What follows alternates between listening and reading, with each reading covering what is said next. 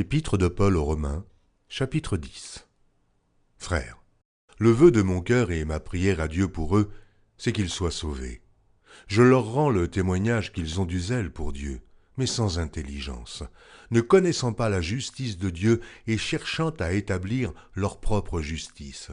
Ils ne se sont pas soumis à la justice de Dieu, car Christ est la fin de la loi, pour la justification de tous ceux qui croient. En effet, Moïse définit ainsi la justice qui vient de la loi. L'homme qui mettra ces choses en pratique vivra par elles. Mais voici comment parle la justice qui vient de la foi. Ne dis pas en ton cœur, qui montera au ciel? C'est en faire descendre Christ. Ou, qui descendra dans l'abîme? C'est faire remonter Christ d'entre les morts. Que dit-elle donc? La parole est près de toi, dans ta bouche et dans ton cœur. Or, c'est la parole de la foi que nous prêchons.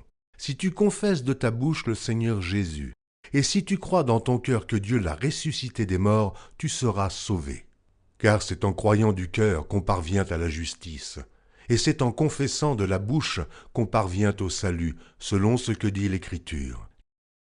Quiconque croit en lui ne sera point confus. Il n'y a aucune différence, en effet, entre le juif et le grec, puisqu'ils ont tous un même Seigneur, qui est riche pour tous ceux qui l'invoquent. Car quiconque invoquera le nom du Seigneur sera sauvé. Comment donc invoqueront-ils celui en qui ils n'ont pas cru? Et comment croiront-ils en celui dont ils n'ont pas entendu parler? Et comment en entendront-ils parler s'il n'y a personne qui prêche? Et comment y aura-t-il des prédicateurs s'ils ne sont pas envoyés, selon qu'il est écrit qu'ils sont beaux les pieds de ceux qui annoncent la paix, de ceux qui annoncent de bonnes nouvelles. Mais tous n'ont pas obéi à la bonne nouvelle. Aussi, Ésaïe dit-il, « Seigneur, qui a cru à notre prédication ?» Ainsi, la foi vient de ce qu'on entend, et ce qu'on entend vient de la parole de Christ. Mais je dis, n'ont-ils pas entendu? Au contraire, leur voix est allée par toute la terre, et leur parole jusqu'aux extrémités du monde.